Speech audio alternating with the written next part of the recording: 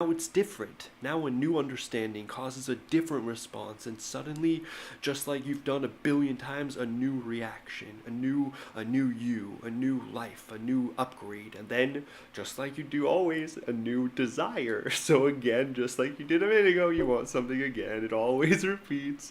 So many people complain and drag themselves across the ground every time they have a new desire. It's so silly because they always have a desire. Why would you not immediately recognize that since you always want something, you better get really good at feeling really good about wanting something? Or if you can't get really good at wanting something, which is high vibration, we admit that's pretty darn high level stuff, get decent at wanting something. Get at least neutral about the fact that you want what you want and you don't have it. You have to get at least neutral. Once you get neutral, the energy will do the rest for you. You'll get swept in the direction of source energy. The right way to say.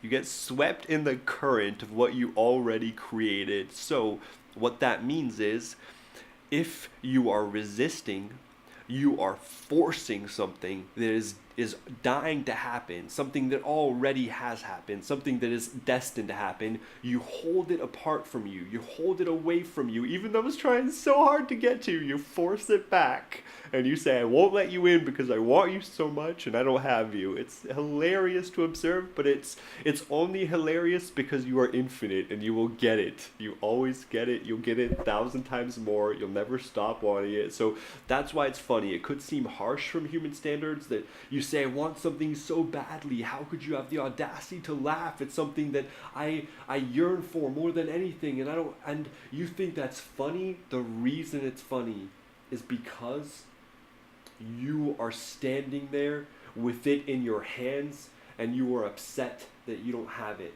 That's why it's funny. It's funny because it already took place and you are making the decision right now to say, "I won't let it in because I choose to to observe that I don't have it. I choose I choose to hold up the sign that I don't have this thing that I want, and I'm going to hold this up while it's in my hand. I'm going to hold up this sign, but I'm not going to look at it in my hand. I already have it, but I'm going to give my attention to the fact that I don't want it until you get it, however you do it. A permission slip, a teacher that gives you a source of wisdom, a fortuitous event that is just so much desire that it just breaks down the bridge of the barrier of, of beliefs that it can't happen, whatever it is that finally gives it to you. And it's usually you allowing it to yourself just out of being tired of holding up the sign, being tired of talking about how you don't have it.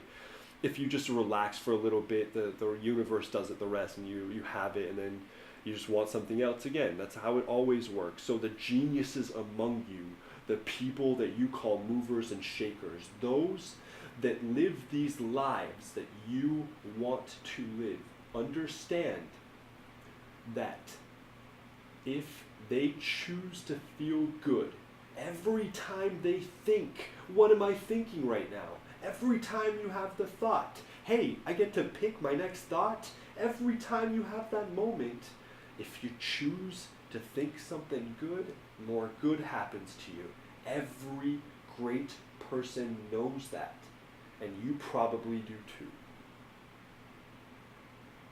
And if you don't make that choice, it's not a big deal at all. You're infinite. That's like pulling your car off the side of the road and taking a break. That's fine. You can choose not to be happy as long as you want. It's yours. Your choice. That's what's so neat about it. The canvas is yours to paint. You could paint anything. You could paint a whole lifetime of waiting if you wanted to. You could wait your whole life for something you wanted. That's hilarious. Why would you paint that? But some people do, and then however many lives they choose, everyone learns. Everyone learns because the lessons are infinite and the time is infinite and the canvases are infinite.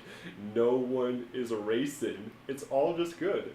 Because the more you evolve, the more you grow, the more your spirit develops, the more you understand the common thread that binds it all together, the energy, the link that makes all this just this cloudy, inky, this ethereal, whatever it is, the reason it's all this beautiful substance around you, it's because of love.